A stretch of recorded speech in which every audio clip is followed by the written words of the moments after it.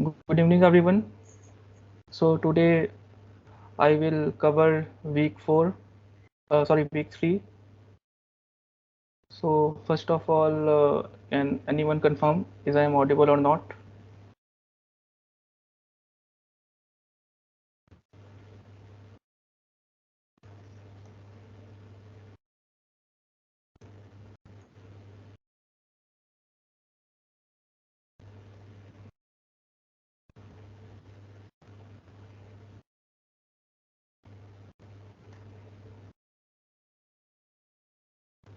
Okay.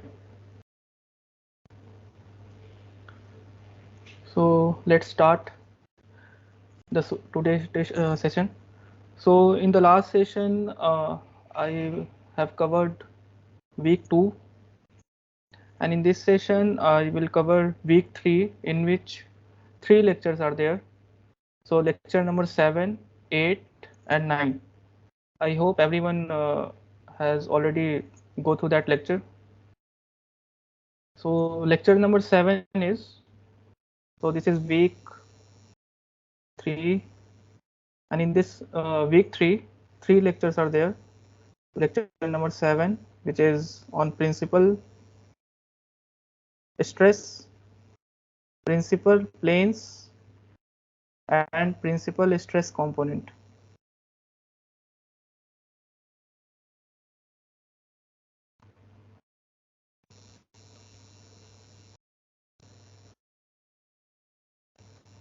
Lecture number 8 is on maximizing the shear component of traction. Maximizing the shear component of traction.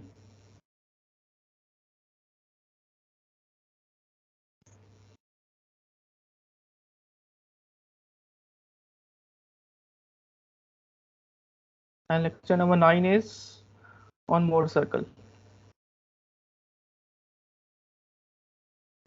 So these 3 lectures will be covered in this session, and if anyone have any doubt, please raise your hand, or you can also write in the chat box, or you can unmute yourself so that I can listen you. So before going to the problem solving session, I will briefly recapitulate the basic concepts which were covered in these lectures. So in lecture number 7, concept of principal plane is there. So in this, there is a formula to find out the principal plane. So I will directly write those formula which will be useful in solving the questions which will I discuss later on. So principal plane. So first of all, I will write the normal component of traction on an arbitrary plane. So normal component of traction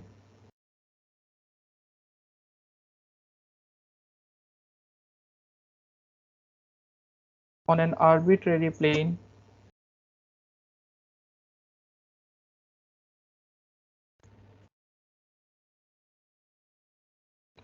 is given by sigma n is equal to Tn dot n,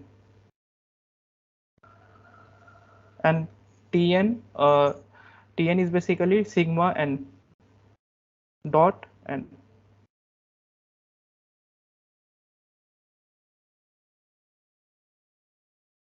So through this formula, we can find out the normal component of traction on any arbitrary plane, where n is the unit outward normal vector to that plane, and Tn is the traction vector of that plane.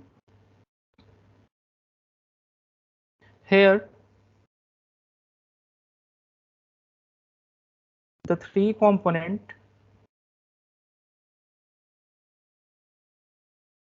of n must satisfy this relation. N1 square plus N2 square plus N3 square is equal to 1.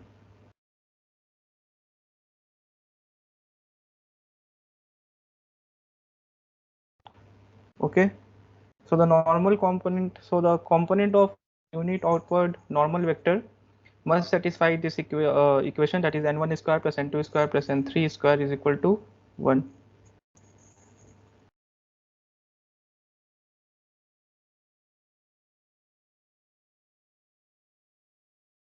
Then the concept of principal plane were discussed. So the through eigenvalue and eigenvector analysis, we can write stress tensor, component of stress tensor in this way, that is sigma n, component of sigma into n is same as lambda times n. So lambda here is basically the principal stresses on that plane, which is normal along n vector. So we can write in this way. So this is come from the eigenvalue and eigenvector analysis.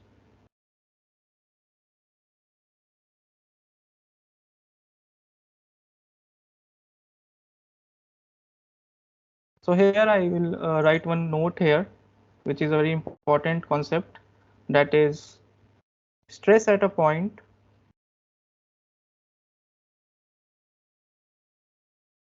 have their normals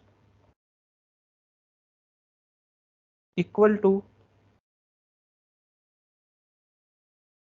eigenvectors of the stress tensor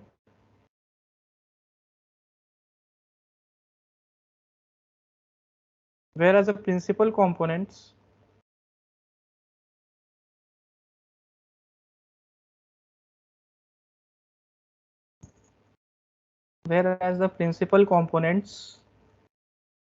are given by the eigenvalue of the stress tensor.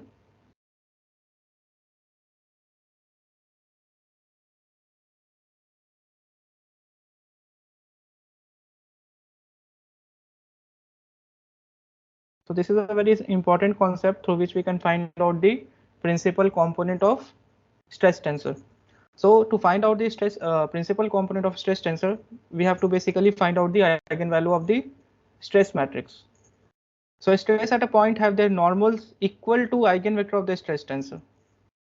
So if we want to write in the basis direction, that is the principal plane is along the eigenvector direction, so the stress matrix become diagonal. That means only the principal stresses will exist and all the off diagonal component will vanish. So basically this statement says that if we want to find out the eigen principal is stress component, so basically we have to find out the eigenvalue of the stress tensor, or we say stress matrix.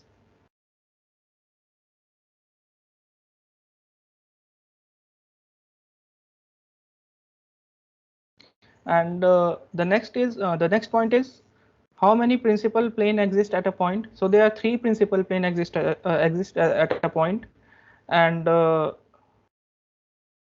is given by the eigenvalue lambda 1, lambda 2, and lambda 3, because it's a 3 by 3 matrix stress tensor, and therefore it has 3 eigenvalue, and each eigenvalue has their corresponding eigenvectors. So principal plane at a point are 3 in number,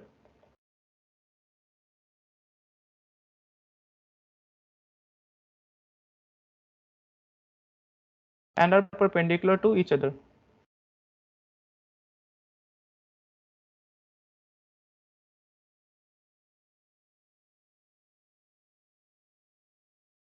Okay, so we have 3 principal plane at a point, and each of them are perpendicular to each other.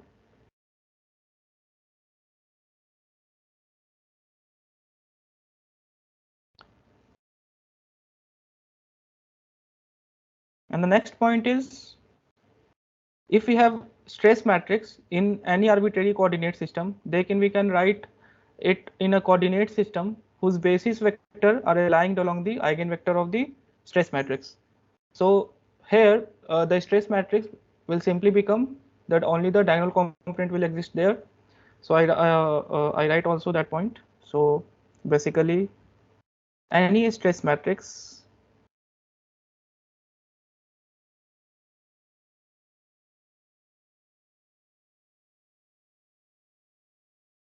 in any coordinate system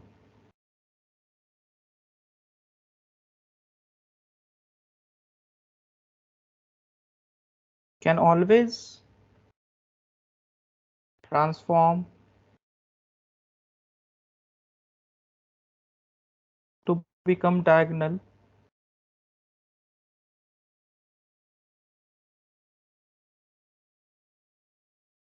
in the coordinate system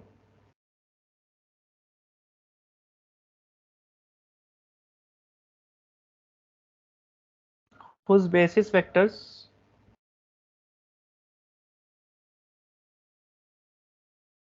are aligned along the eigenvectors.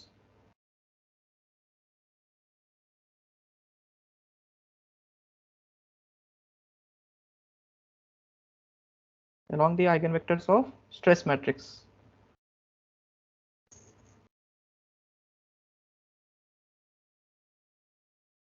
Okay, so in this case the stress matrix will become only diagonal, that is lambda 1, lambda 2 and lambda 3, and all the off diagonal stress component will become 0. So this is the case when basis vectors are aligned along the eigenvectors of stress matrix, and here lambda 1, lambda 2 and lambda 3 are the principal stresses. Okay, so this is a brief overview of lecture number 7, and in lecture number 8 maximizing the shear component of traction has been discussed. So I will briefly overview the concepts, some important concepts. So in lecture number 8, the first part that is discussed is the shear component of traction. So in the earlier lecture, we see that the normal component of traction is given by sigma nn is equal to T dot n. So this has been discussed in the previous lecture, that is lecture number 7. And using this concept, we can find out the shear component of traction. So basically, we have to subtract the total traction from we have to subtract normal component of traction from the total traction.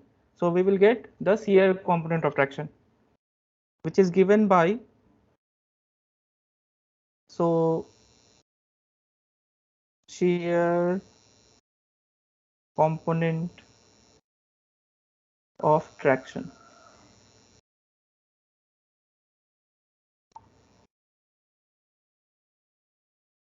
Okay, so it is given by tau square, which is the square of the shear component of traction, is magnitude of total traction ka square minus sigma, that is normal traction ka square. And what is T? That is here you see that T is the total traction acting on that point on a particular plane. So it is given by sigma into n minus, and what is sigma nn? So sigma nn, as previously discussed, is given by sigma n dot n, okay, ka whole square. So if we find out the stress component, shear component of traction, so we have to use this formula.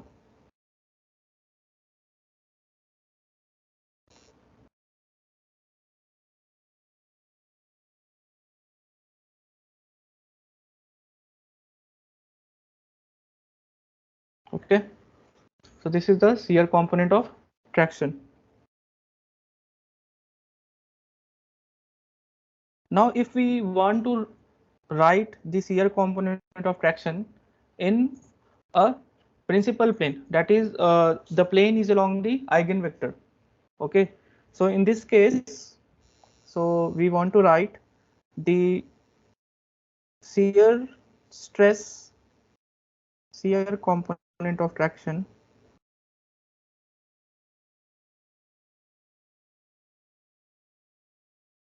in terms of principal planes.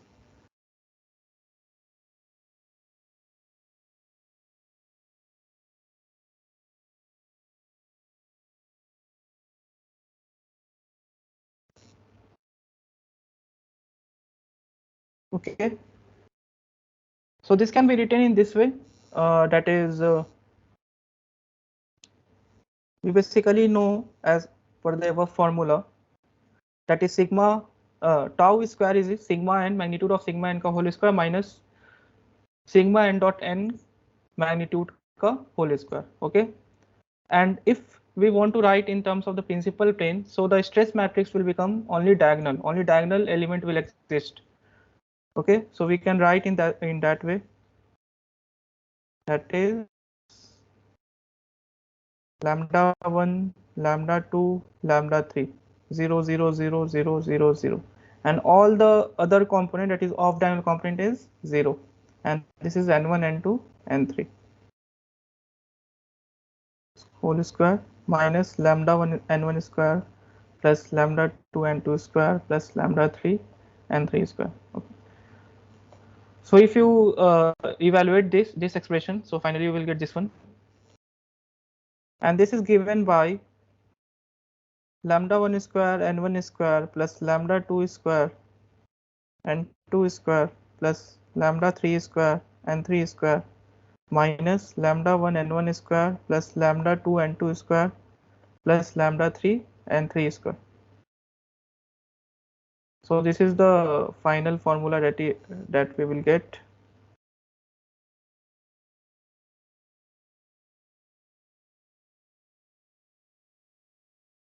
Okay.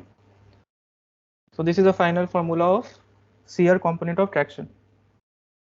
So if we know the value of principal stresses lambda 1, lambda 2, and lambda 3, and we know the normal that is the plane normal component n1, n2, and n3, so we can find out the shear component of traction using that formula. Okay.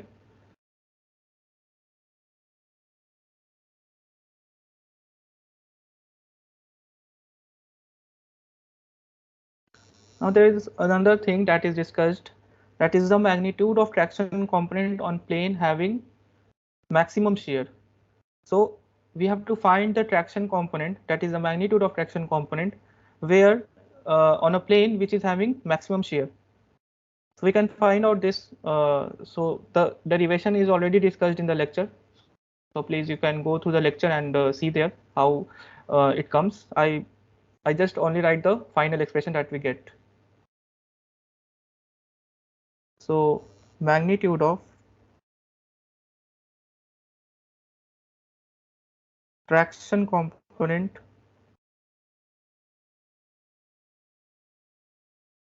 on a plane having maximum shear.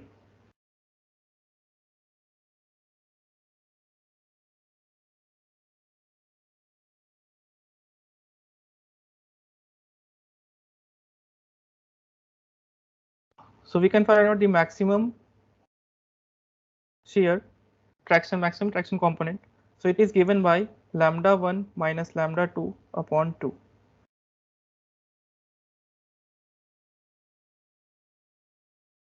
So what is this? So this is basically maximum value of shear traction is half the difference of principal stress component. So here lambda 1 and lambda 2 are the principal stress component, and half the difference, if we take half and taking the difference of these two value, that is lambda 1 and lambda 2, we will get the maximum shear component using this way. Okay. So here we have three sets of solutions. So tau max we can also find out in this way. If lambda 1 is the maximum principal stress and lambda 2 is the minimum principal stress, so basically we have to subtract between this two one, that is lambda 1 minus lambda 2. It is also given by the other solution also. We have three different solution of maximum shear stress. So tau max, if lambda 2 and lambda 3 are the highest and the lowest principal stress, so it is given by the maximum shear stress is given by lambda 2 minus lambda 3 by 2. And if lambda 1 and lambda 3 are the maximum and minimum principal stresses, so the maximum shear stress is given by lambda 1 minus lambda 3 by 2. So this is the formula to find out the maximum shear stress component.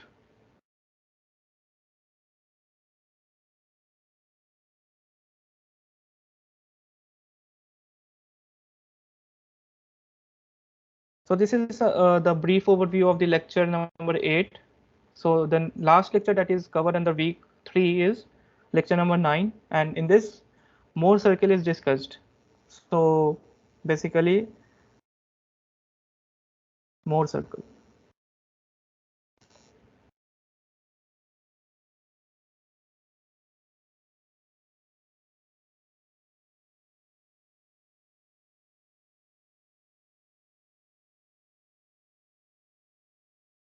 So Mohr circle is not valid.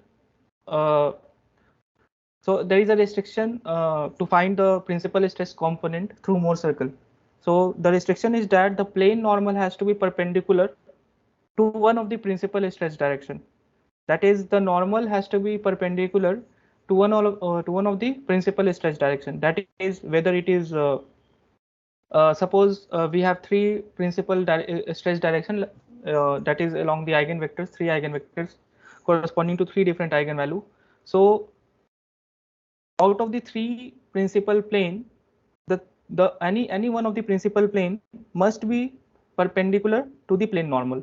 Okay, then only we can use the Mohr circle. So I write that condition.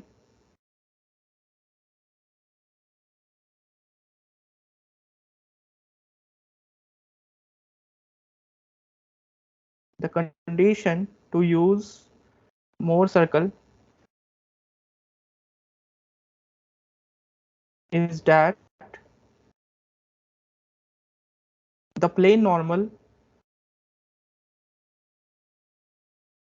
has to be perpendicular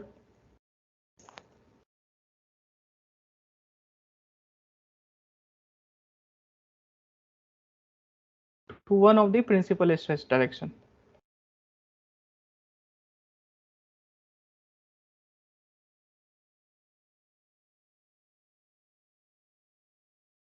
Okay, so this is a condition through which we can use the Mohr circle, which means basically, suppose we have a traction stress matrix in such a way that the off diagonal component of the third column is 0.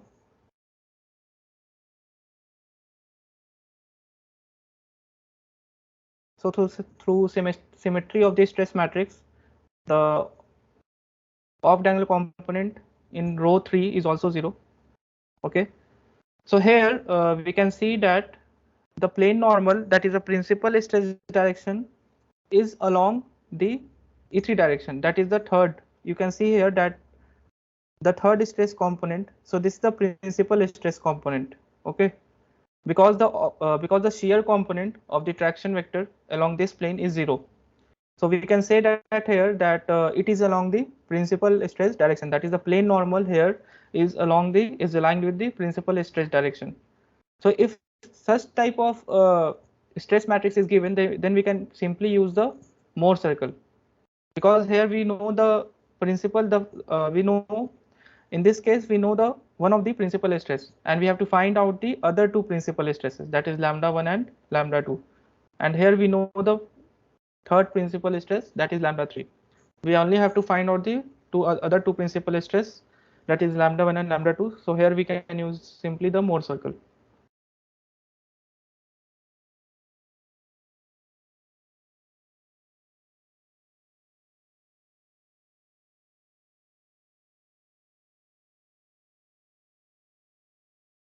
So basically, there is a formula to find out the normal and shear component of stress tensor using the formula.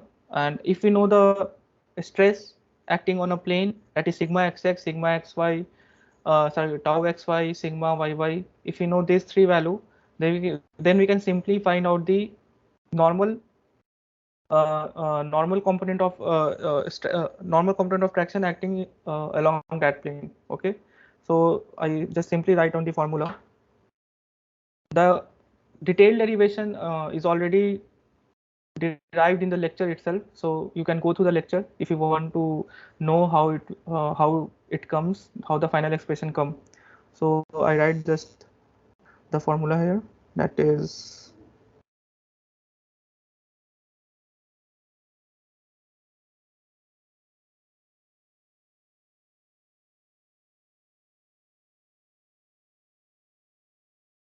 sigma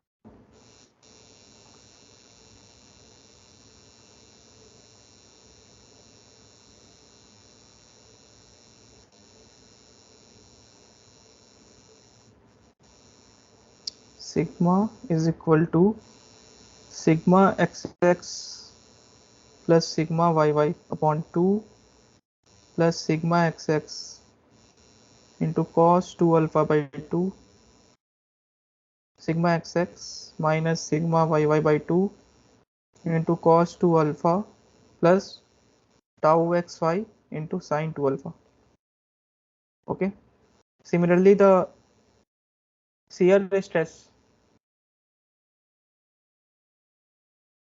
component is given by sigma xx, sorry, minus of sigma xx minus sigma yy upon 2 sin 2 alpha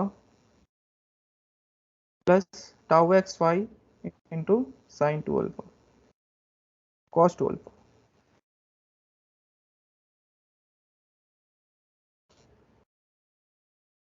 So using this formula, we can find out the normal and shear component of traction.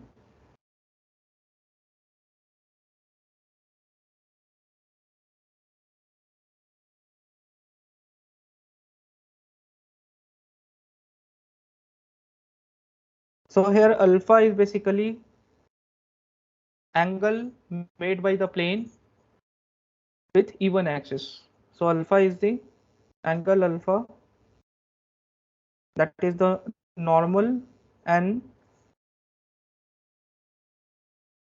makes an angle alpha with even axis. Okay, so alpha is given by this way.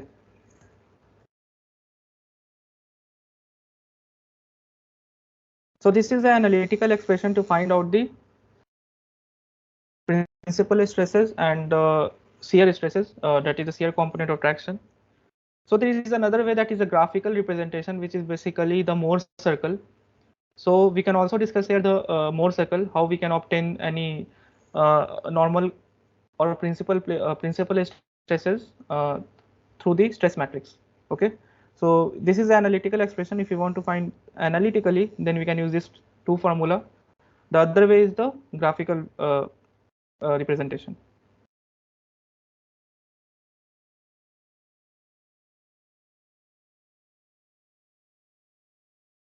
So Mohr circle is basically, say, suppose we know sigma xx, sigma yy, and tau xy. Okay, suppose we know the normal component of traction along x direction, along y direction, and shear component of traction along xy direction. Okay, so we can basically represent it on a two-dimensional plane, that is along in a xy plane. So the x-axis represent the sigma value, and the y-axis represent the shear stress value. Okay, so basically, suppose sigma xx is lie here, that is, it has some. So this is sigma xx, and sigma yy is. So here I am supposing sigma xx is higher than sigma yy. So sigma yy is here, and sigma xx is here. Okay, that is sigma. This is the origin.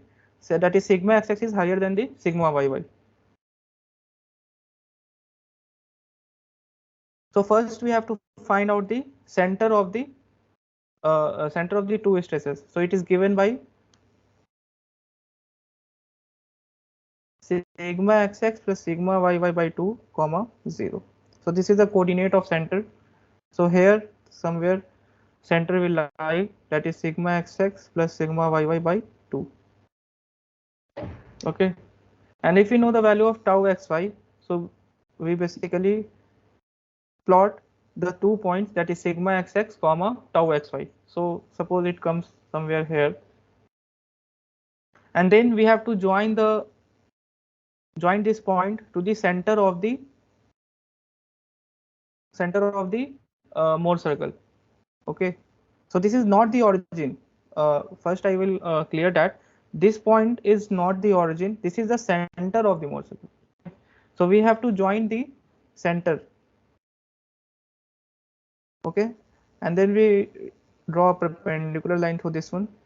So here we come across a right angle triangle, so you can see here, and with this we can simply, using that one, that is, this is a radius of the Mohr circle, so we can simply find out the formula for the radius. So it is given by, here you can see this is the base and this is the perpendicular. So using RHS, that is the Pythagoras theorem, we can find out the radius. So that which is given by sigma xx minus sigma yy upon 2 whole square plus tau xy whole square. So this is the radius of the Mohr circle.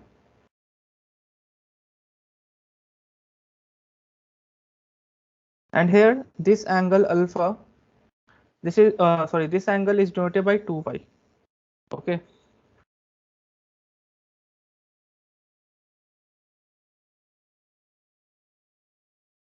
So here we have 5 steps to find out the principal stresses through Mohr circle. The first step is draw the center of the circle at sigma xx plus sigma yy upon 2.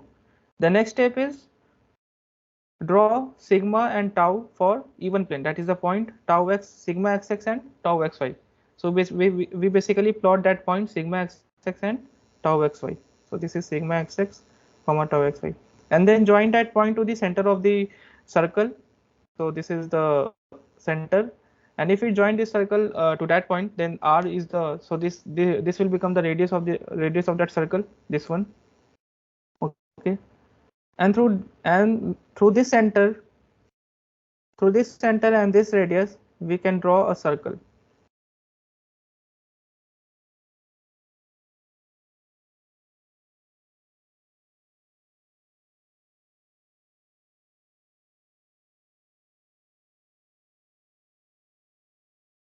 Okay, so here it meets somewhere at 2 points along the x-axis. The circle will meet at some 2 points. So these 2 points are the two principal stresses.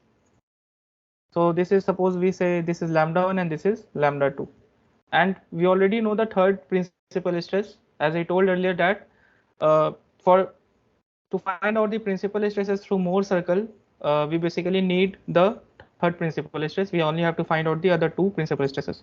So the point where the circle meet along the x-axis, these 2 points are the principal stress component,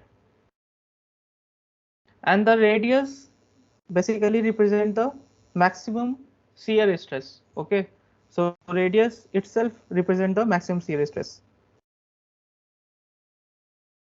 So these 2 points are the principal stresses, and the radius represent the maximum shear stress.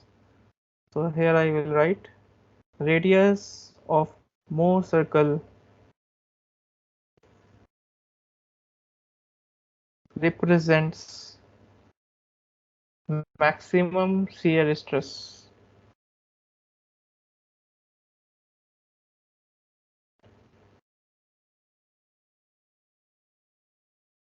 We can also find out this value lambda 1 and lambda 2 from this formula. So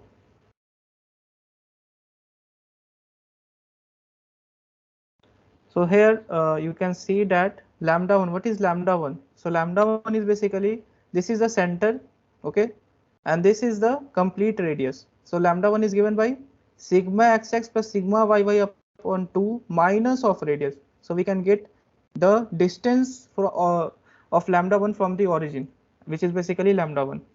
So lambda 1 is given by sigma xx plus sigma yy upon 2 minus r. Similarly, if we say, suppose we always write the principal stresses in ascending order, descending order. So we can say it lambda2 and this is lambda1. Okay. So lambda2 is given by this formula, sigma xx plus sigma y by 2 minus r, and lambda1 is, so this is the center of the circle. Okay, and if we add plus r, so we can get the value of the lambda1. So lambda1 is given by sigma xx plus sigma yy upon 2 plus r. So using that formula, through Mohr circle, we can find out the other two principal stresses. Okay. And how we can find out the, if we know the value of lambda1 and lambda2, we can simply find out the maximum shear stress, which is given by the radius, which is also written as lambda1 minus lambda2 by 2, because lambda1 and lambda2 are the two endpoints of the circle. So if we take the difference, if we take half of the difference of lambda1 and lambda2, we can get the maximum shear stress value. Okay, so this is the value of maximum shear stress.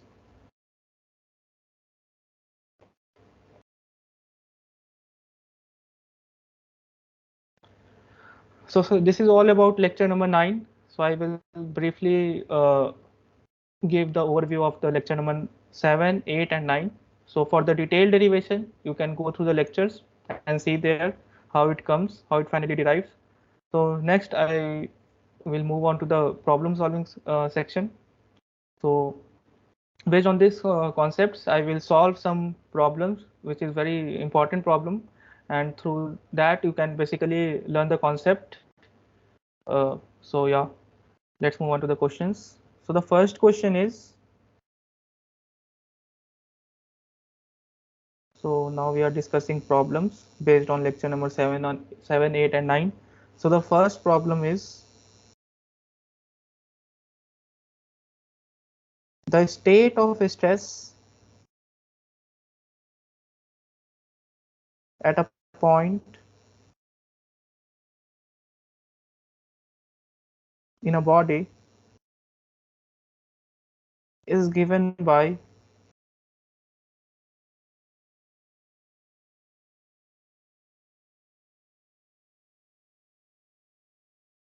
sigma 1, 2, 3, 2, 4, 5, 3, 5, 0 megapascal. Okay.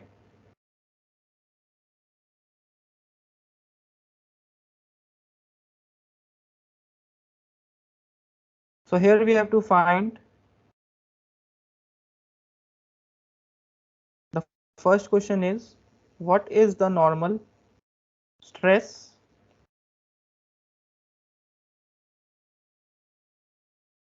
on each of the coordinate plane,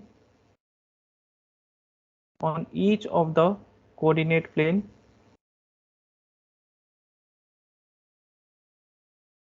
So these questions will be helpful in solving your assignments, I mean, and even the final proctor exam.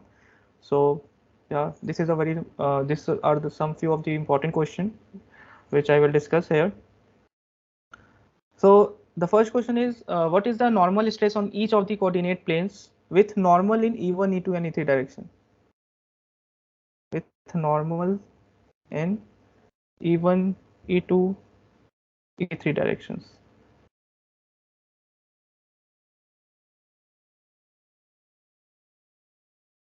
Okay.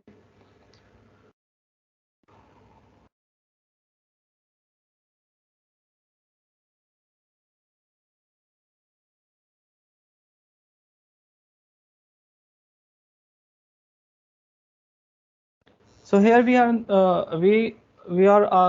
so here we discuss about the normal stress. So the question is such a way that it is not asking about the principal stresses. It is asking about the normal stresses which is acting along a plane and is aligned along E1, E2, and E3 direction. So here we are the question not asking about the principal plane. Okay, so the question is about the magnitude of the normal stresses in a plane which is acting along E1, E2 and E3 direction. So we already know the first column represent the component of traction on a plane which is along E1 direction. We already know from the previous lectures that the first column of a stress matrix represent the component of traction vector which is acting on a plane on aligned along E1 direction.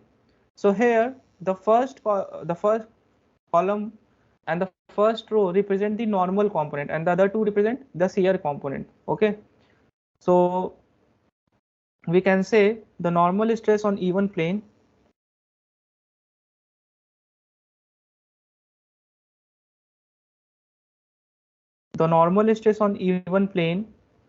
is 1 megapascal. Similarly, we can also say that normal stress on E2 plane is 4 megapascal. Why? Because here the second component represent the normal stress and the other 1 and 3 component represent the shear stress. So the normal stress on E2 plane is 4 megapascal. And what about E3 plane? So here we can see that on a E3 plane, the normal component denoted by the third component. So here it is 0. So the normal stress on E3 plane is 0 megapascal. So this is the first question. What is the second question? The second question is, what is the total shearing stress? What is the total shearing stress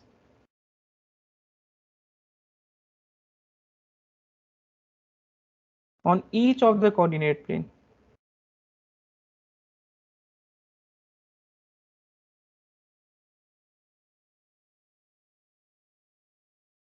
With normals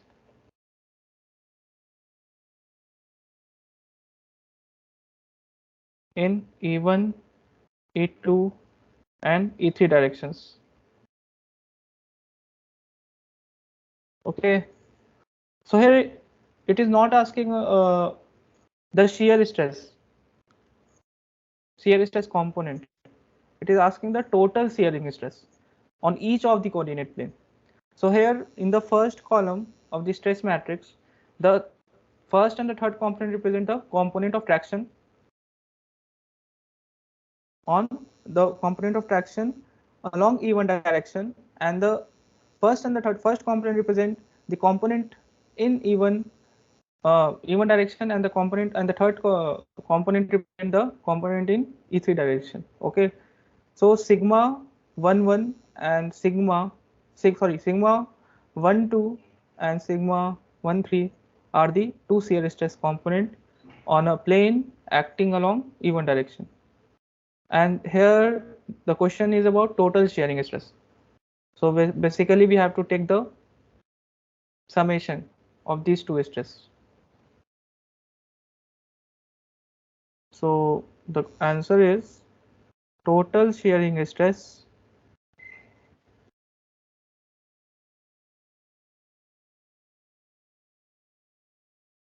on E1 plane is, so we can't simply just add the two shear stress value, because it is acting in two different direction. One is along E2 and the second one is along E3. So basically we have to take the resultant of both of these two stresses, and is given by under root of 2 square plus 3 square, which is coming out to with root 13 megapascal. Okay, we can't simply just add because it is not acting in the same direction. Okay, these are not the value in the same direction. These are in the two different perpendicular directions. So we have to take resultant here. Similarly, we can find the total shearing stress on E2 plane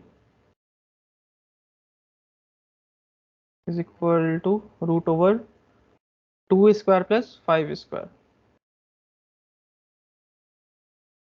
which is coming out to be √29 megapascal. And total shearing stress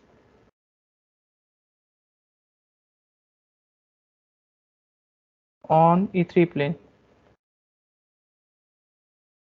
is equal to √3 square plus 5 square, because here you can see tau31 and tau32 is 3 and 5, so 3 and 5 square, which is coming out to be √34 megapascal. So this is all about question number 1. So I hope everyone has understood it. Now move on to the next question, that is question number 2. So the question is, the state of stress at a point in a body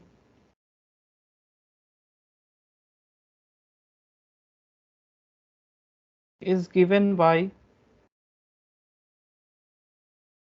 sigma is equal to 2 minus 1 3 minus 1 4 1 3 0 minus 1 megapascal.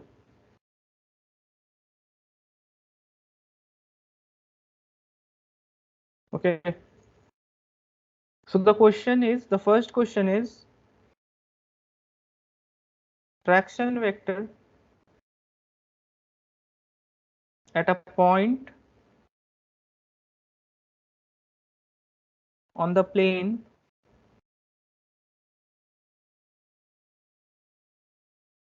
whose normal is in the direction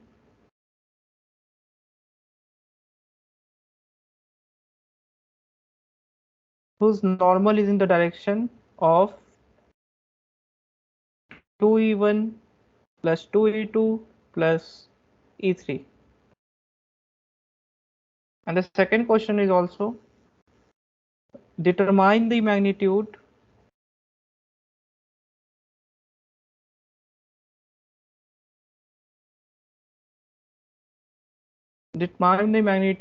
of the normal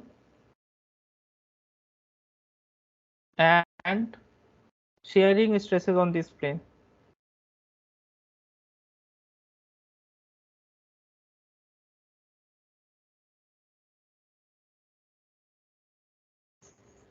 Okay.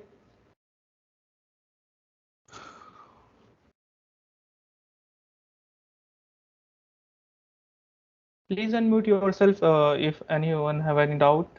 You can also ask in between the lecture. Okay, I think everyone is listening. So yeah, I continue.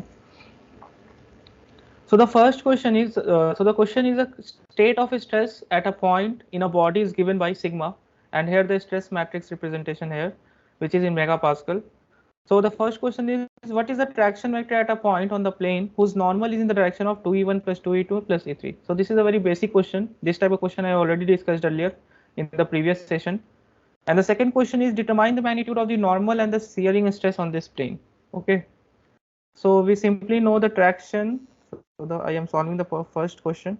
Traction on any plane is given by sigma into n, where n is the unit outward normal vector. But here you can see it is not in the direction of unit outward normal vector. So basically we have to find the unit outward normal vector, which is n, and it is given by 1 over under root of 2 square plus 2 square plus 1 square into 2E1 plus 2E2 plus E3. Okay, and it is given by 2 by, I take common here, 1 by 3 2E1 plus 2E2 plus E3, and we know the value of the stress matrix, so we can simply find out the traction. So traction component, which is sigma into n, 2 minus 1 3 minus 1 4 0, then 3 0 minus 1, and it is multiplied with the unit outward normal vector, which is given by 1 by 3 2 2, 1. And after manipulation, we will get 1 by 3, 5, 6, 5. So in vectorial form, it can be represented as fraction vector is 1 by 3, 5e1 plus 6e2 plus 5e3 megapascal. So this is the question number 2a. The next question is about the normal and shear stresses on this plane. So the question is determine the magnitude of the normal and shearing stresses on this plane. So I already discussed the formula to find the normal and the shear stress. So using that formula, normal stress, that is sigma n, is T dot n, which is, what is T? Sigma n dot n. So using that, what is T here? So 1 by 3, 5e1 plus 6e2 plus 5e3. And what is n here? Dot with 1 by 3,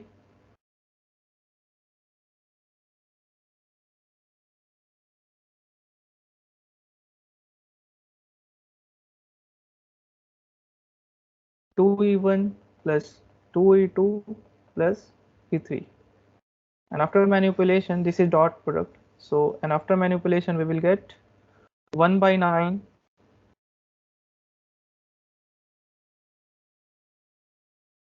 into 5 to the 10, 6 to the 12, 5 to 1 the 5, 27 by 9, which is 3 megapascal. So this is the value of normal stress acting on this plane. So what is the plane here? So plane is acting in the direction of 2e1 plus 2e2 plus e3. Okay, so this is the value of the normal stress. The next question is on find out the value of the shear stress, okay, on this plane. So how do we find the shear stress? So basically we have to subtract the value of the normal stress from the total stress, total traction. Okay, so shear stress is given by root over sigma n square minus Tn ka square. And if we multiply, if we use that formula, that is the, sorry, here I write some wrong statement. So it is given by magnitude of T square minus sigma n ka whole square. If we find out the magnitude of T square, so it comes out to be 86 upon 9. And what is sigma n? 3, and if we take the square, we will get 9. And after manipulation, we will get 0.0745 megapascal. Okay, so this is the value of the shear stress acting on this plane. So in this way we can find out the value of the shear stress. So in both the cases, that is to find out the normal and the shear stress, we use the formula which I discussed above. So this is all about question number 2. Now move to the question number 3. So problem 3 is,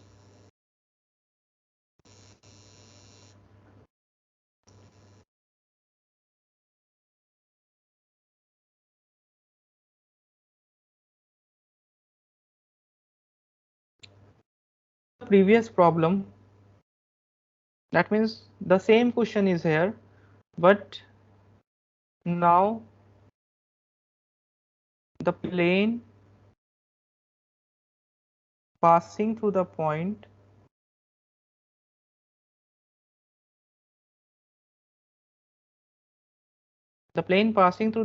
and parallel to the plane.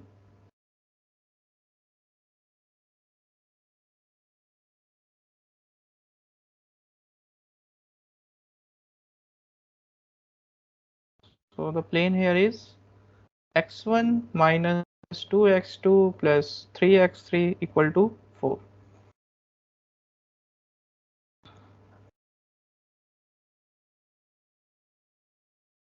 what is the value of normal stress?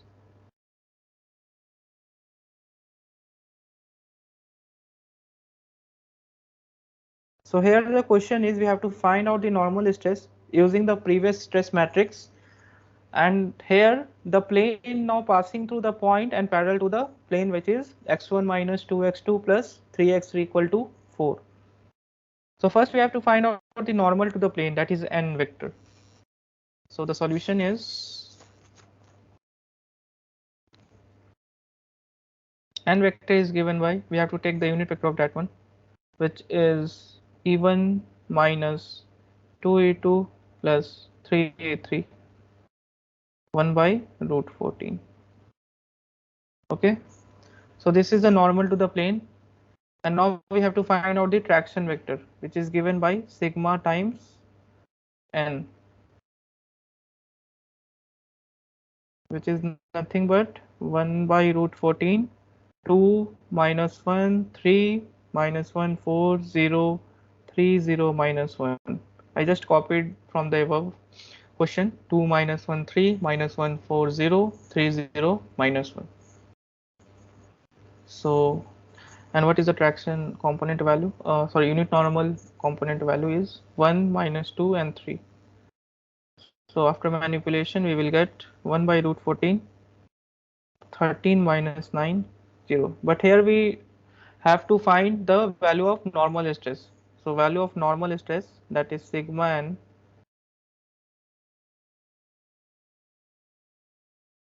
sigma n is given by T dot n or n dot T, whatever you say. So if we taking the dot product of T and n, so we will get 1 by 14, 1 minus 2, 3. So it's simply directly taking the dot product. So you will get 1 by 14,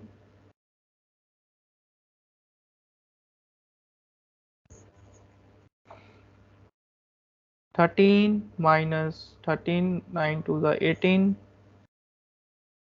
and plus 3 0 0. What is 18 and 13? So it is 31 upon 14, which is equal to 2.21 megapascal. So this is the value of normal stress sigma n acting on this plane. This plane x1 minus 2x2 plus 3x3 equal to 4. So this is question number 3. Now the question number 4.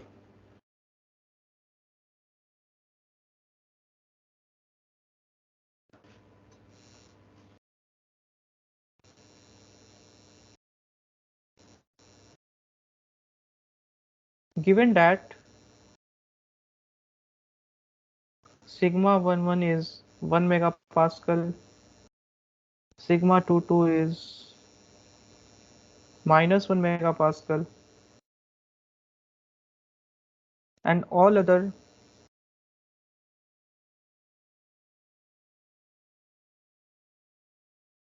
sigma ij is 0 at a point. Okay, so we have to prove that,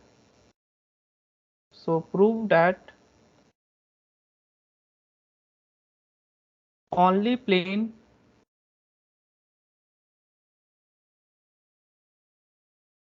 on which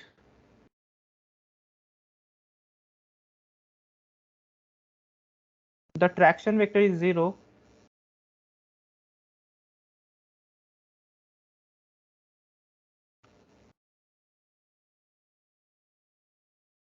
is the plane with normal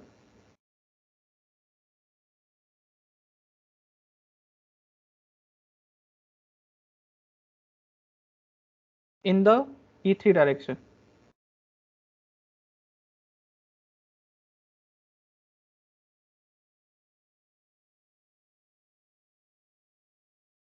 Okay, so the question is, given that sigma 11 is 1 megapascal, sigma 22 is minus 1 megapascal, and all other sigma ij is 0 at a point.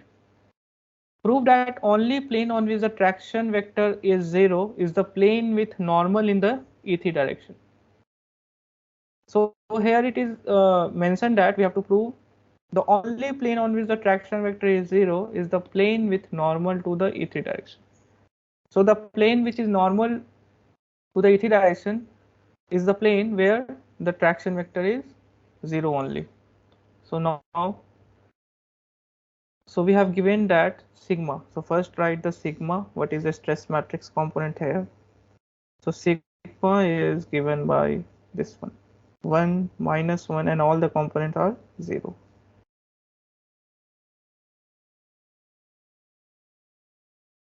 And what is, so the traction vector on acting on this plane, on any plane, okay, we have to simply prove now. So the traction vector on any plane is given by t is equal to sigma n, 1 0 0 0 minus 1 0 0 0 0. Suppose the normal has component along E1, E2 and E3 direction is n1, n2 and n3.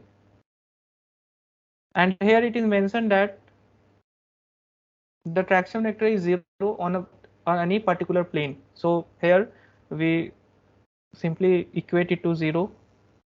So we will get, so first of all, what is coming out here? So it is coming out n1 minus n2 0. And it is mentioned that the traction vector is coming out to be 0. That is n1 e1 minus n2 e2 is 0. So it gives us n1 equal to n2.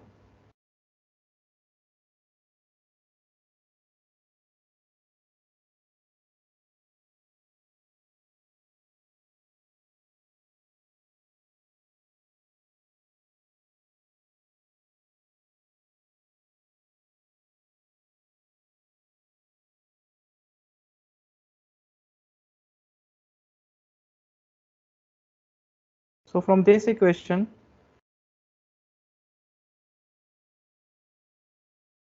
traction is basically 0. Okay. So what is the traction here? So we have to prove that only plane on which the traction vector is 0 is the plane which normal to the E3 direction.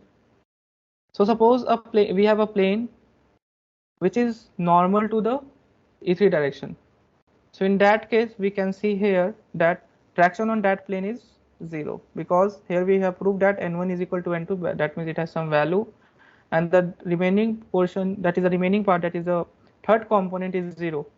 So we can say that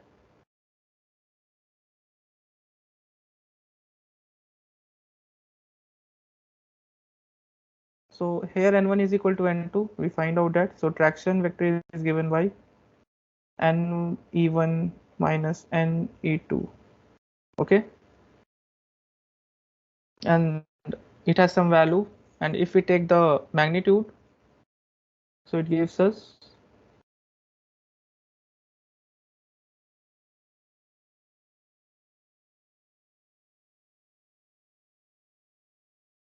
so here traction has some value, but the only plane where the traction is 0 is along E3 direction, because it has no E3 component. So traction is 0 along E3 direction. So it has proved here that we have proved that traction on a plane, traction is 0. The only plane where the traction vector is 0 is a plane with normal in the E3 direction. Okay. So this is all about question number 4. Now move to the question number 5.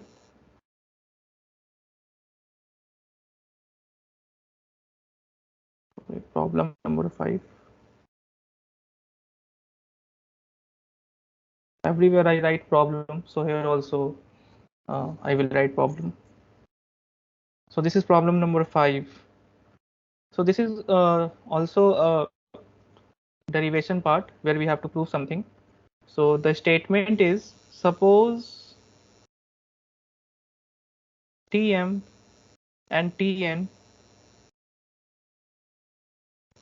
be traction vector be traction vector on plane defined by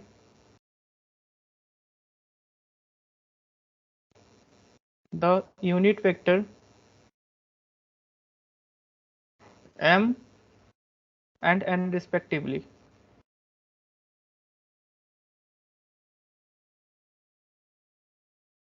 Okay, and pass through any point P and pass through point P.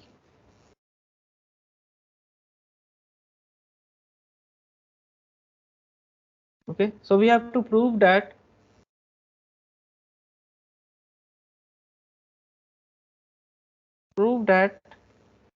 if K is a unit vector that determines a plane that contains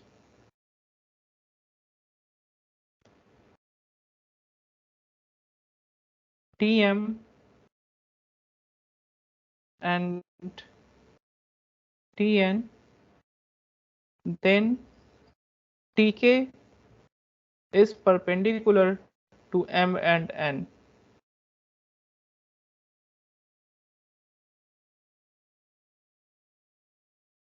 So I repeat one more time this question. Suppose Tm and Tn be traction vectors on planes defined by the unit vector m and n respectively. Okay, so Tm and Tn are the traction vector which is defined by unit vector m and pass through point P. So this is a very simple statement. So we have to prove that if K is a unit vector that determines a plane that contains Tm and Tn, then Tk is perpendicular to m and n. So whatever is given here, we just simply write down these things because this is a way to prove something. Whatever is given, we simply just write the things here so that it becomes easy to understand what is actually the question want to say and what actually want to prove. So I just write the thing that is mentioned here.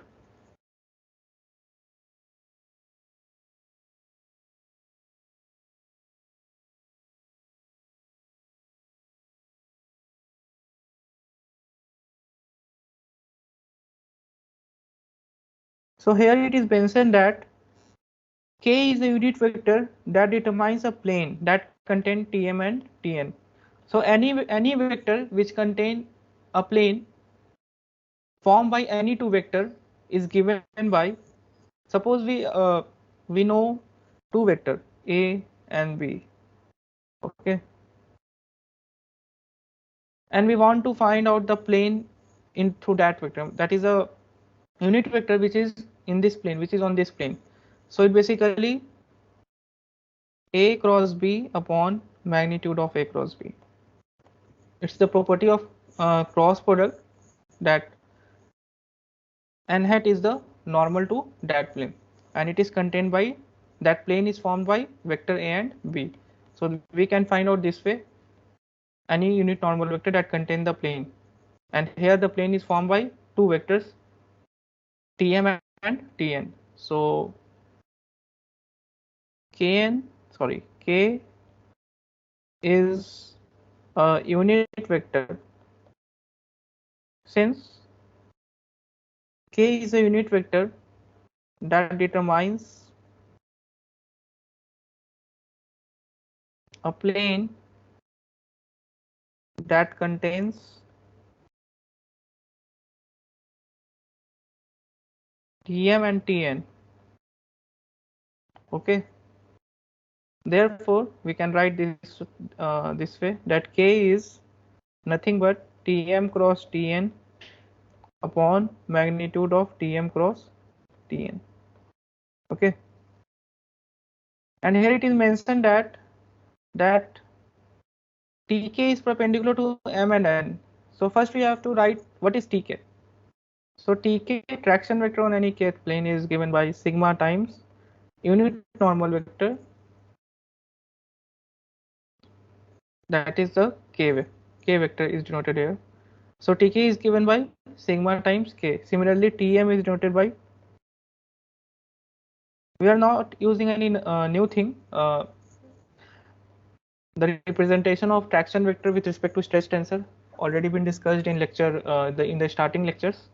So you can go through once if you are not getting here. So yeah. So Tm is given by sigma time m. Okay. And what about Tn? Tn is given by sigma times n.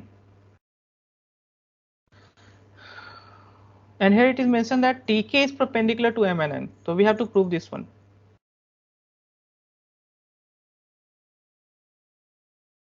So m, what is m dot Tk? Because here it is mentioned that Tk is perpendicular to m and n. Means we have to prove that m dot Tk is equal to 0 and n dot Tk is equal to 0. Okay. So first of all, we have to find what is m dot Tk. So m dot and Tk is given by this one. That is sigma times k. We can write this one. Tk is sigma times k. Okay.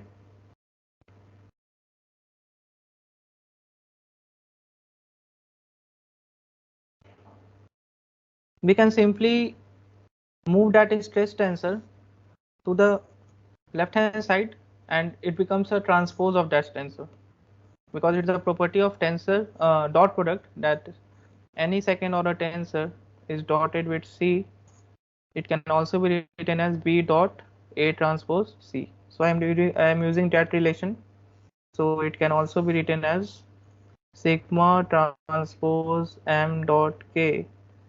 So it can also be written as K dot sigma transpose M. And we know from the angular momentum balance that stress tensor is a symmetric tensor. So we can also write it as sigma dot K dot sigma M. Okay. And what is sigma m? Sigma is nothing but Tm. Okay. And what is k here? So k is given by this equation. So we can simply write this one. Tm cross Tn upon magnitude of Tm cross Tn dot with Tm. Okay. Now here see that m and Tn are cross product. That means this cross product gives a plane perpendicular to that is this cross product will be perpendicular to the plane which is along Tm and Tn. Okay, and we are taking the dot product with Tm. That is, suppose Tm vector is aligned along E1 and we are taking cross product of Tm and Tn, so it gives a perpendicular to that vector.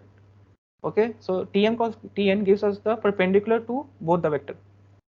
And here it's dotted with Tm, and Tm, you know that Tm is a vector which is aligned along some direction, and if we take the same vector with dot product, because here Tm cross Tn will give us a direction which is perpendicular to Tm and it's dotted with Tm, then finally this term and this term are perpendicular to both one.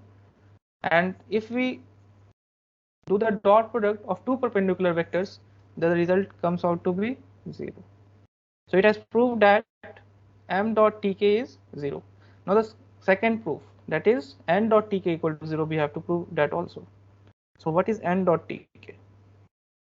So n dot tk is n dot sigma k, and in the same way as I earlier done, sigma transpose n dot k. Okay, sigma transpose is symmetric, so we can simply write it as sigma times n. And what is sigma n? Is Tn, which is basically k dot Tn. And what is k here? Tm cross Tn upon magnitude of Tm cross Tn dot with Tn. So see here also Tm cross Tn gives us a vector that is perpendicular to both the vector Tm and Tn. And here Tn, it's dotted with Tn. So Tn and this vector are perpendicular to each other, and its dot product between these two vectors, so it basically comes out to be 0.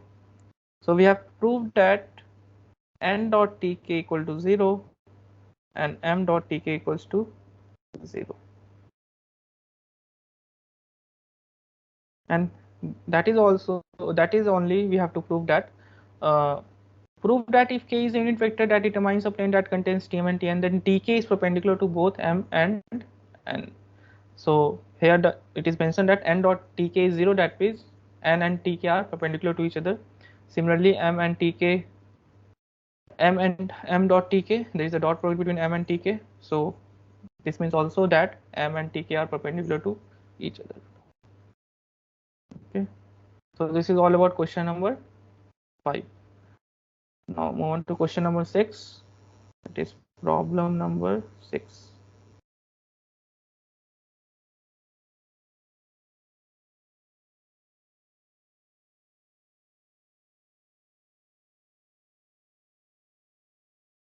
Okay. So this is a general true or false type question. On the plane of maximum shearing stress, the normal stress is always 0.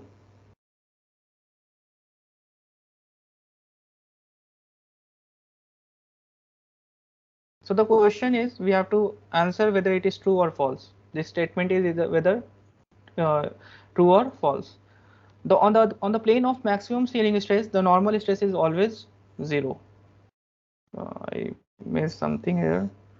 It is normal stress. Okay. Normal stress is always 0. So let's draw a Mohr circle first.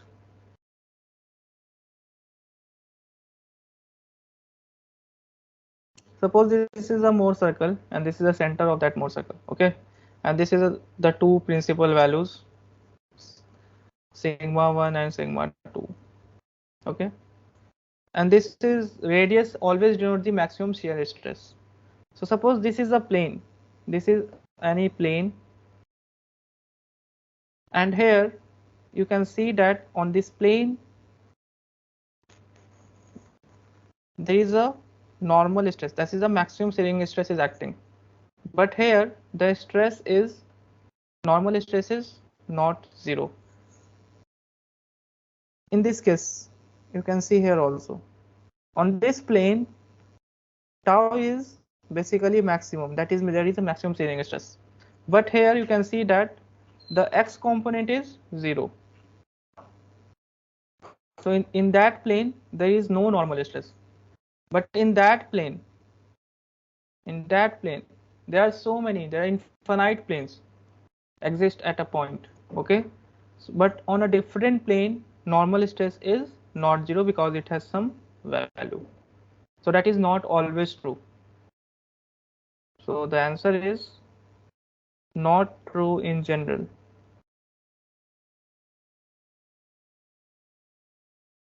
Maybe true in some cases.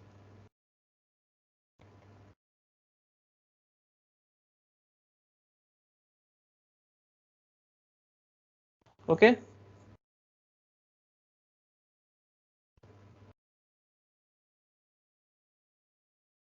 now let's move to next question, that is question number 7.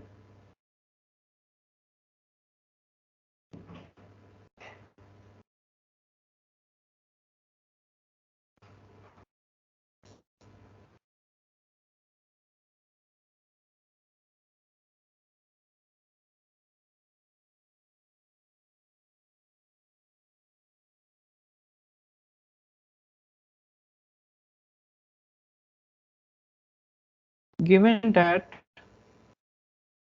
stress matrix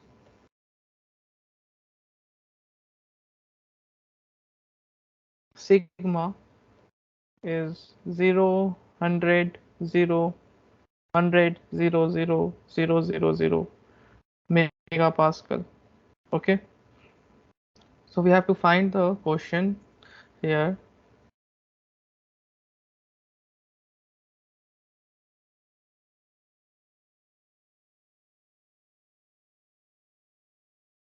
find the maximum and minimum normal stresses and the plane on which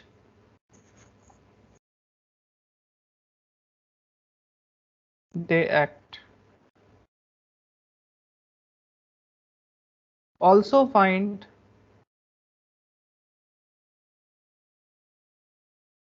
the maximum shearing stress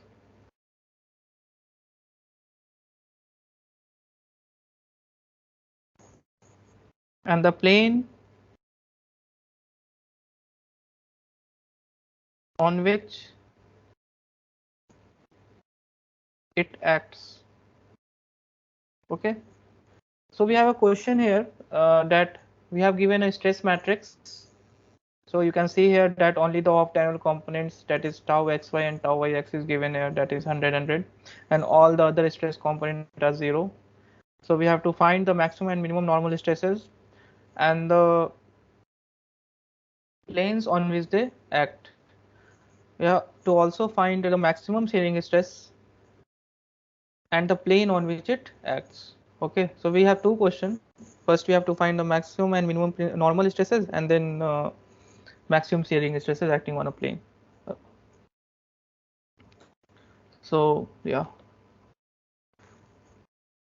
so we can simply find out using the eigenvalue analysis, because here we have to find the maximum and minimum normal stresses. So basically we have to find out the eigenvalue of this matrix, which we call characteristic equation. So solution is, suppose, so I am using the basic general approach of finding the eigenvalue.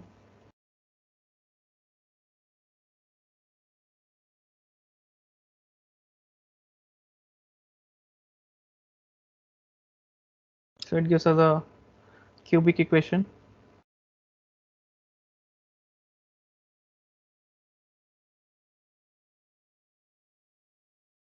Basically lambda 1 is 100 megapascal, lambda 2 is minus 100 megapascal, and lambda 3 is 0.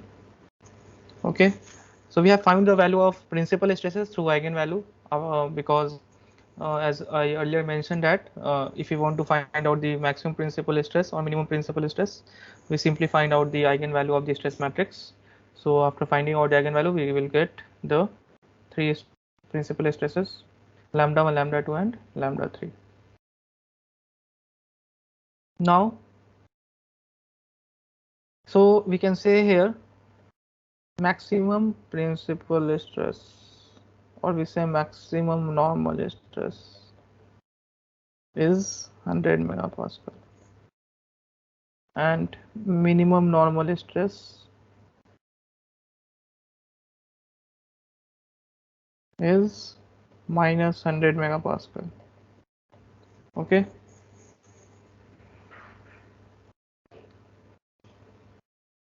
now next we have to find out the plane on which they act. So for lambda 1 equal to 100 megapascal, we simply find out the eigenvector corresponding to that eigenvalue. So yeah, so we are using that equation, ax equal to lambda x. Okay,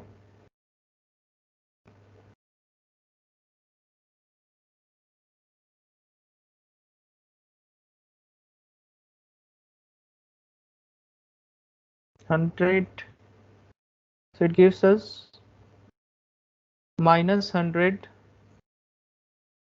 alpha 1 plus 100 alpha 2 equal to 0, which gives us alpha 1 equal to alpha 2. So the plane is given by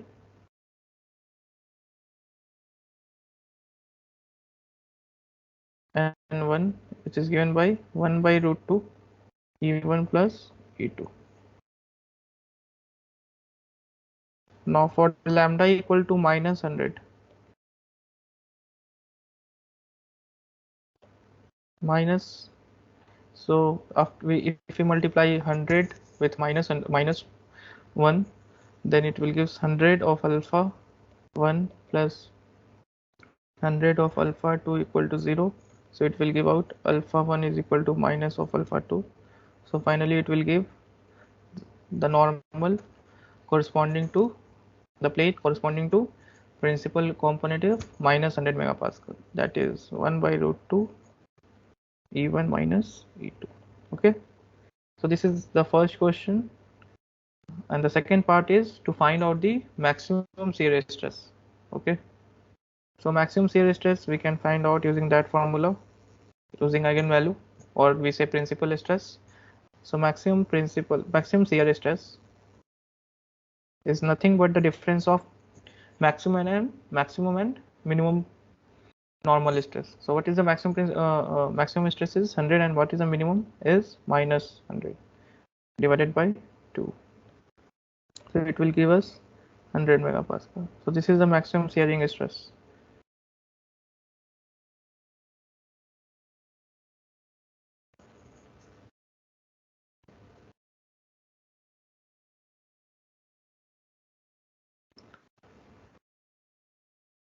And now we have to find out the plane on which it acts.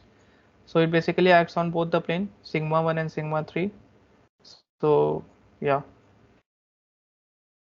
so the plane is given by the plane on which it acts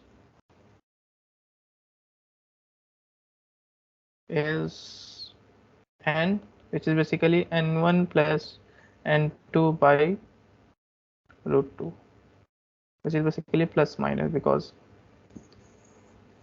shear stress is on reverse direction on two different opposite sides. So basically we can write plus minus, and it will give, so you can compute this one. And what's the plane acting on the shear stress? So on the plane E1 and E2,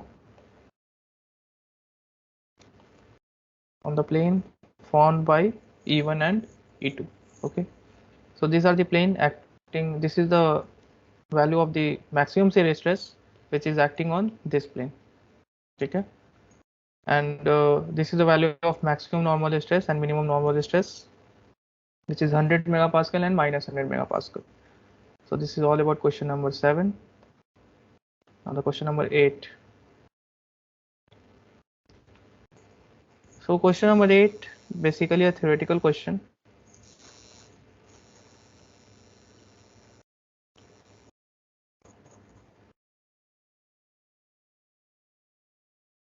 The value of shear component of traction equals, the first option is radius of Mohr circle,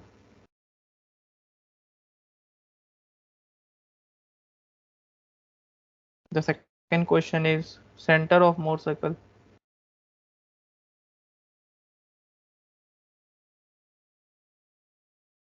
the third option is diameter of Mohr circle,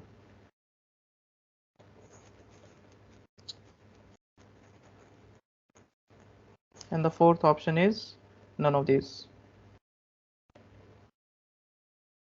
So you can also reply by writing in the chat box. So yeah, the first question is the value of shear component of traction equals radius of Mohr circle. So basically it says the shear component of traction is given by radius of Mohr circle, center of Mohr circle, diameter of Mohr circle, or none of these. So I already mentioned in the starting that the shear component of traction in the Mohr circle is represented by the radius of the circle. So in this, the option A is correct. This is a very simple question based on Mohr circle. Now the next question is also a theoretical one, that is question number, problem, better is to write here problem number 9.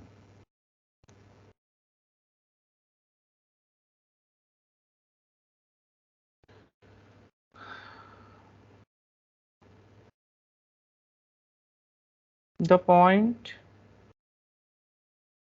on sigma axis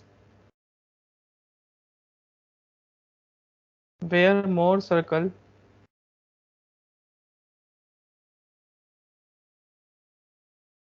touches it denote.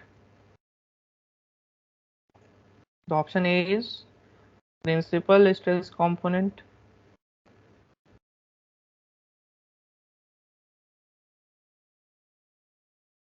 Option B is maximum shear traction.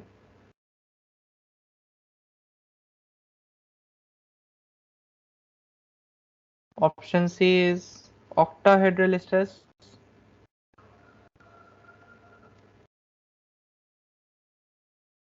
And option D is none of these. Okay, so this question says that the point on sigma axis where more circle touches. So we have two axes in more circle. The first x-axis, basically we say it sigma axis, denotes the stress, normal stress component, and the y-axis basically the shear stress axis denotes the shear stress component. Okay. So here the first option is principal stress component, maximum shear traction, octahedral stress, or none of these. So in the starting, I draw one figure on more circle.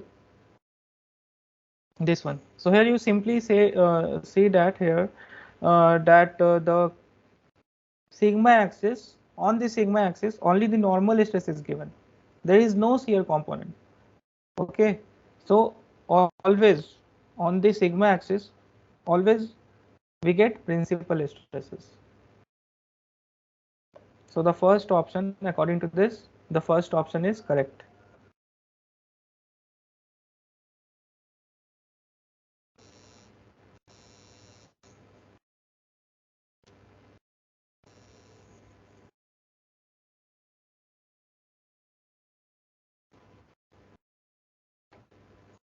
Now the next question, that is problem number 10.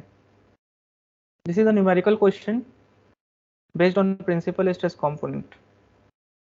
So problem number 10.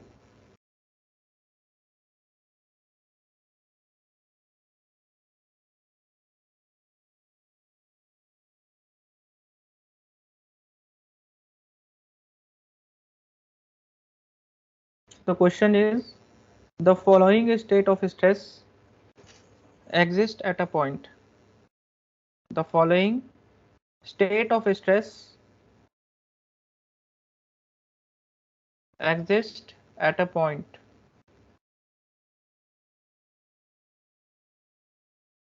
Sigma is equal to 5, 4, 0, 4, 3, 0, 0, 0, 8. Okay. So the first question here is the principal stress R, and the option is, sorry, there is no option here. So the first question is the principal stresses are. So as I told earlier that to find out the principal stresses, the three principal stresses at a point, we simply find out the eigenvalue of the stress matrix. But here you can see that in the third row and the third column, there is no shear component. That is, this only is the principal stress. That is 8 is the principal stress, one of the principal stresses. We only have to find the other two principal stresses. So for this we have to find out this matrix, that is 2 by 2 matrix. We have to find the eigenvalue of that one only. So yeah, let's find out the value of this 2 by 2 matrix. That is 5 minus lambda, 4, 4, 3 minus lambda equal to 0, which is given as 5 minus 4, that is 5.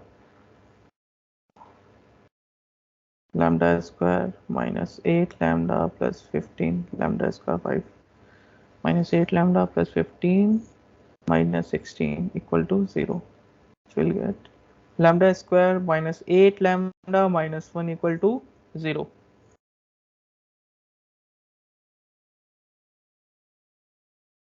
So we will get lambda 1 is equal to 4 plus root 17, lambda 2 equal to 4 minus root 17, and what is lambda 3? The third stress component is 8. So these are the three principal stress components acting at a point. So this is the first question based on the above statement. The next question is, what are the magnitudes of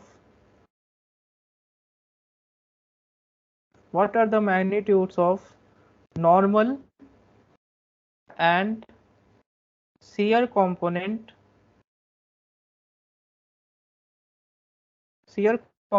of traction on a plane whose normal lies in the xy plane.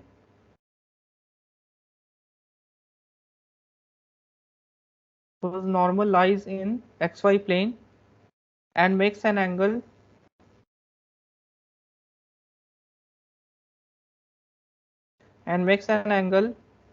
of 45 degree clockwise from x-axis. Okay, so this is one of the question.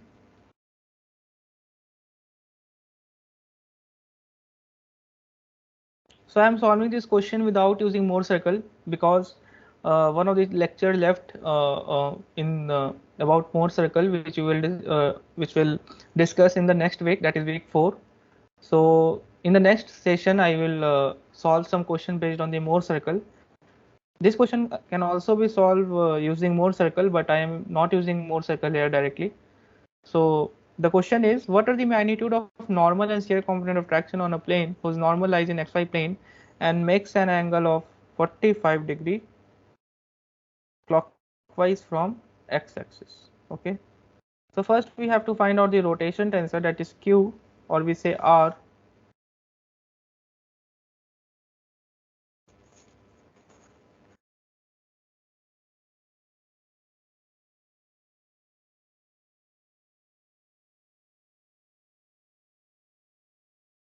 So the one way is to find the normal vector where the traction is acting to that plane. So basically we have to find out the component of unit normal vector acting towards the plane where the traction acts. So for this we have given here that normal lies in xy plane and makes an angle of 45 degree. So the unit normal vector is, because it makes an angle of 45 degree,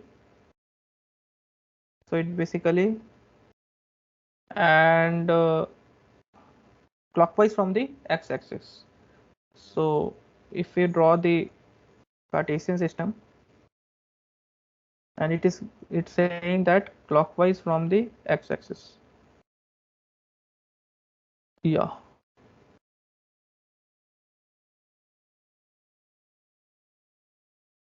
And makes an angle of 45 degree.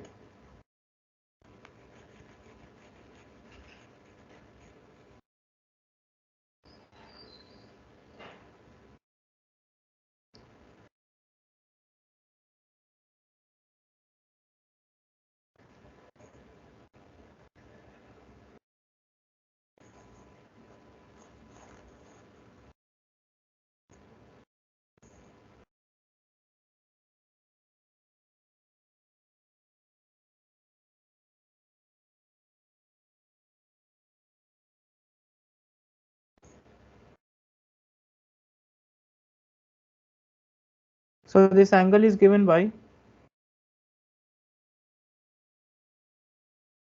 cos 45, sorry, cos of minus 45 minus of sine of minus 45 and 0.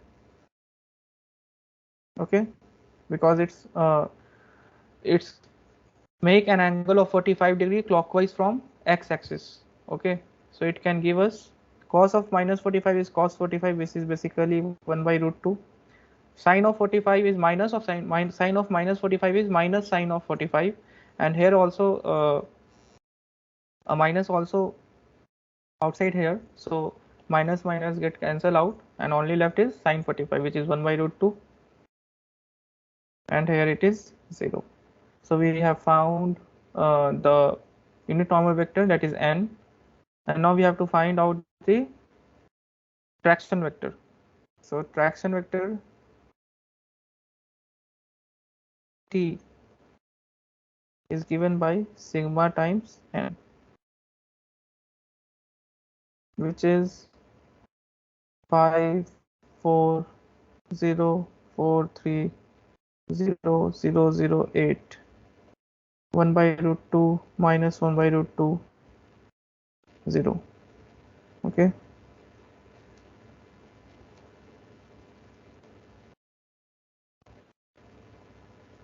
so what it will get, 5 by root 2 minus 4 by root 2, 4 by root 2 minus 1 by root 2, sorry, minus 3 by root 2 0, which is 1 by root 2, sorry, here minus sine of 45 will come, so it will get minus. So I have done mistake here, that is it is sine of minus 45 and cos of minus 45. So sine of minus 45 will give minus of 1 by root 2. So it will give 1 by root 2, 1 by root 2, 0. So yeah, so we have find the component of traction vector. Now we have to find out the magnitude of normal and shear component of traction. So to find out the shear normal component of traction, it's given by T dot n. Okay, so T, what is T? 1 by root 2 E1 plus 1 by root 2 E2. And what is n? Dotted with 1 by root 2 E1 minus 1 by root 2 E2.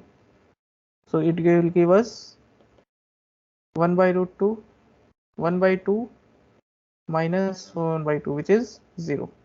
So the normal component is 0. And what about the shear component of traction? So the shear component, that is tau s, is given by root over total traction chi square minus sigma n square.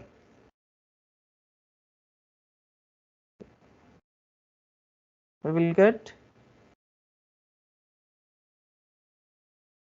what is Tn, magnitude of Tn chi square. So 1 by root 2 and 1 by root 2. So 1 by root 2 plus 1 by root 2 ka whole square, that is 1 by 2 plus 1 by 2. And what is 1 by 2 plus 1 by 2 is root over 1, that is 1, which is tau s is 1 unit. So this is the final value of normal and shear component of traction vector. So we have found the value of normal and shear component of traction. So this is the second question. Based on the above statement,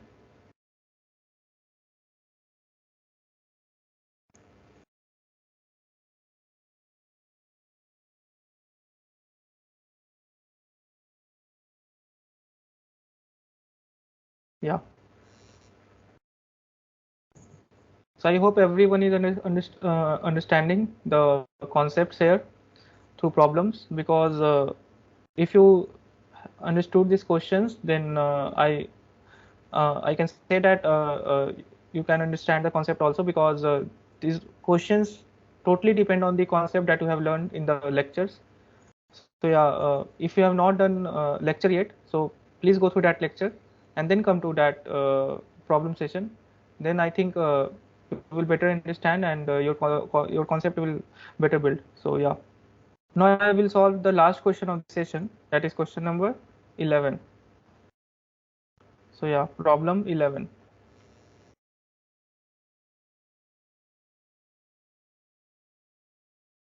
So this is a theoretical question.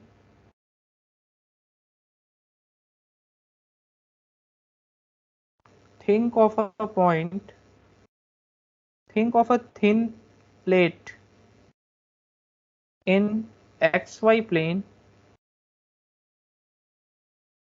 being pulled from its sides such that sigma xx equal to sigma yy is equal to 5 and sigma xx and sigma zz is 0. Sigma zz is 0. All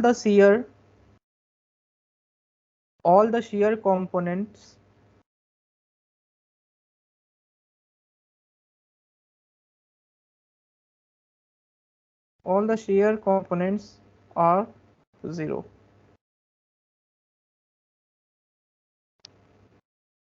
Which of the following statement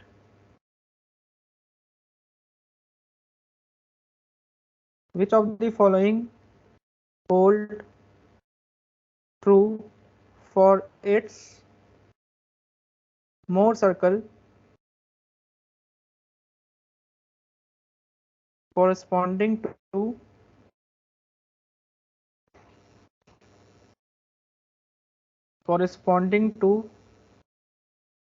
plane normal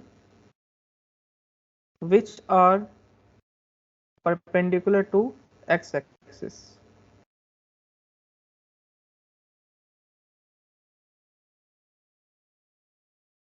And the first option is Mohr circle passes through the origin.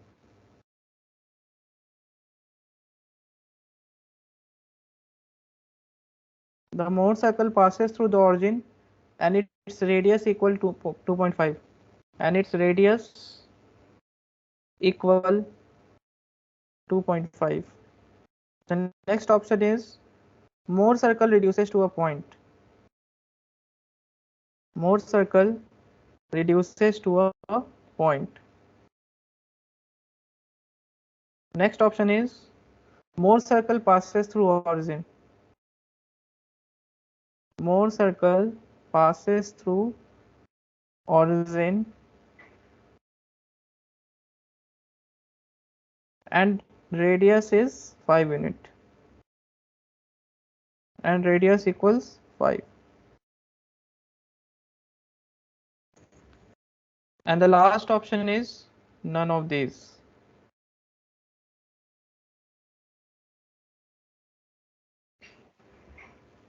Okay, so this question says that think of a thin plate in an xy plane being pulled from its side such that sigma xx equal to sigma yy is equal to 5 and sigma zz is 0. Okay, all the shear stress component are 0. Which of the following holds true for its Mohr circle corresponding to plane normal which are perpendicular to x-axis?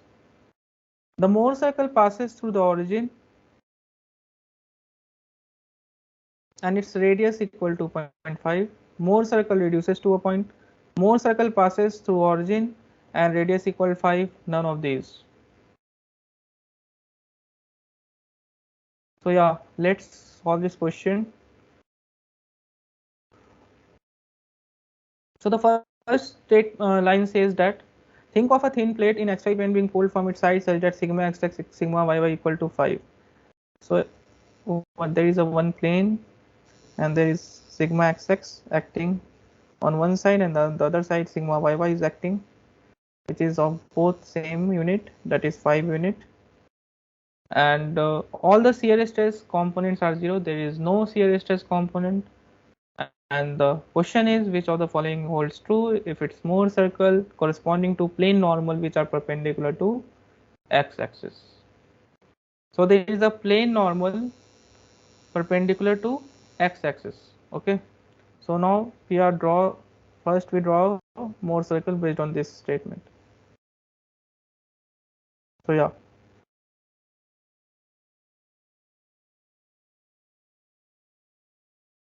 sorry, here it's z-axis.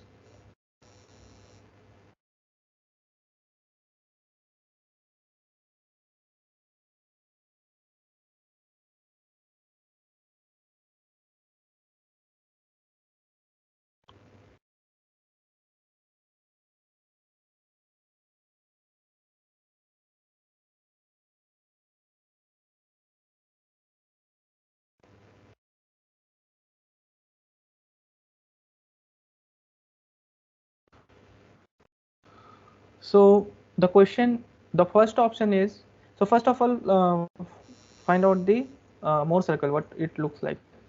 So yeah, sigma x-axis is 5. So this is your origin, and sigma x-axis is suppose 5 unit from here. Sigma yy is also 5. So sigma yy is also here, which is also 5 unit. And there is no shear stress component, that is tau xy is 0. And we can say that if there is no shear stress component, there is no value of shear stress component along the y-axis, that is along shear direction. So there is no circle form, that is radius here is coming out to be 0. So any circle with radius 0, that means the circle turn out to be a point. There is no radius, that means the circle turn out to be a point. Now come to the options. The Mohr circle passes through the origin and its radius equal 2.5. So the first question option is the Mohr circle passes through the origin. Is it correct? No, this is not correct, because the Mohr circle does not passes through the origin, because here is the point. The point is not here. The point not in the origin. So this option is incorrect. The second option is Mohr circle reduces to a point. Yeah, this is correct option, because Mohr circle reduces to a point. The third option is Mohr circle passes through origin and radius equal 5. So this is not the correct option, because the Mohr circle does not passes through the origin. And the last option is none of this. So this is also correct, because one of the option is correct. That is option number B. Okay, I think everyone understood this question. I will solve more problem on Mohr circle in the next lecture, that is in the next session, week 4 session. So yeah, so this session is basically deals with the problem based on the principal stress component, shear stress component, maximizing or minimizing shear stress or principal stress component of traction. So this session is basically based on this lecture 7, 8, and 9. And in the lecture 10, you will have some more information about the stress component. That is, we will learn about the octahedral stress component, deviatoric and hydrostatic part of the stress component. So yeah, in the next week, that is week 4, it will discuss. So this is all about today's session. And if you have any doubt, please unmute yourself and yeah, ask. Anyone have any doubt? You can ask. The complete PDF of this question is also uploaded in the NPTEL website, where you can access it. So if any of you don't know how to access these notes, so you can ask me. Even the video lecture, that is the recording of this video lecture, will also be shared by the NPTEL team in the course website, where you can see the notification. Even I will show you the how to get access of that documents, that is the recording lectures and the PDF of that notes. So yeah, I am sharing my screen.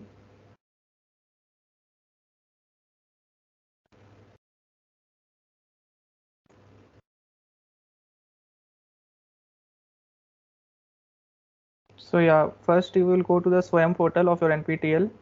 So I'm going to that part. Then you have to sign in using your user ID and password.